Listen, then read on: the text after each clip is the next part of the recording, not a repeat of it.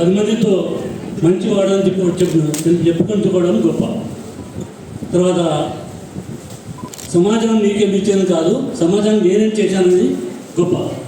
ఈ 2 విషయాలు నేను ప్రూవ్ చేశాను సార్. మీ ద్వారా 2 జడ్జిమెంట్స్ నేను తీసుకున్నా సార్.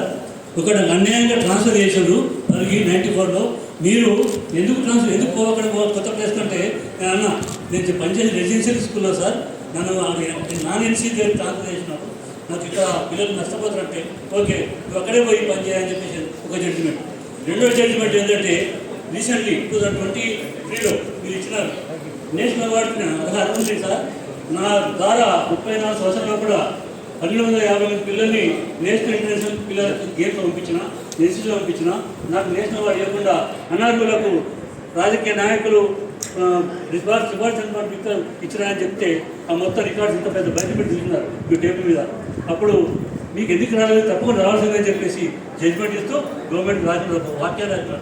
ఈయనకు ఎలిజిబిలిటీ ఉంది కానీ నాకు పద్ధతులు లేదు జడ్జిమెంట్ రావాలని చెప్తున్నారు. దానివల్ల అధికారులు చలనం లేదు.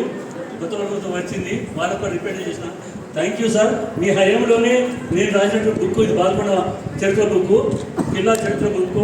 నా అనుభవాలు మీ యొక్క జడ్జిమెంట్స్ అన్నీ ఇవన్నీ మీ ద్వారా మరి మీరు వస్తున్నారు తెలిసిన 3 రోజుల కింద మరి మీ ద్వారానే చేసుకున్న తర్వాతనే నేను మిగతా వాళ్ళతో చేసుకున్నా అని చెప్పేసి ఉద్దేశంతో వచ్చేసి ఈరోజు మీరు రాసినటువంటి బుక్ దాదాపు 3 లక్షలు ఖర్చు పెట్టింది మీద. సార్ గారు చెప్పినారు సార్ వస్తున్నారు మీరు రండి అంటే తప్పకుండా వచ్చి మీ ద్వారానే తీసుకుంటున్నారు సార్ బుక్ ఆవిష్కరణ. కాబట్టి ధన్యవాదాలు చెప్తూ చాలా సంతోషం.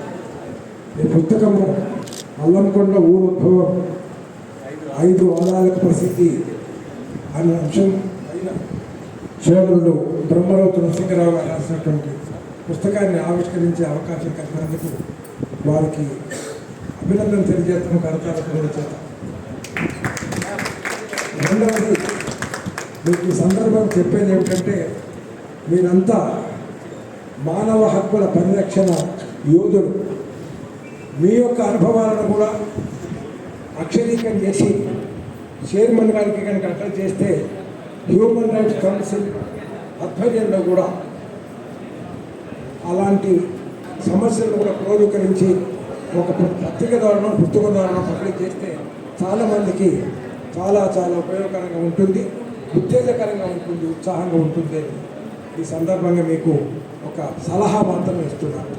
ప్రతి అక్షరీకుడు భావాన్ని అనుభవాన్ని అక్షరీకం చేస్తే education will improve, the entire nation will become an educated society.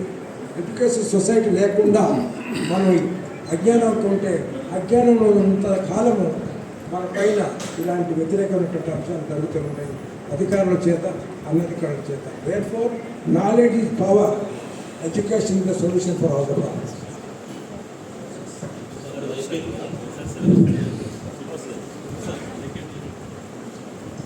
Thank you sir, thank you so much. మీకోసం సార్ మా తరఫున ప్లీజ్.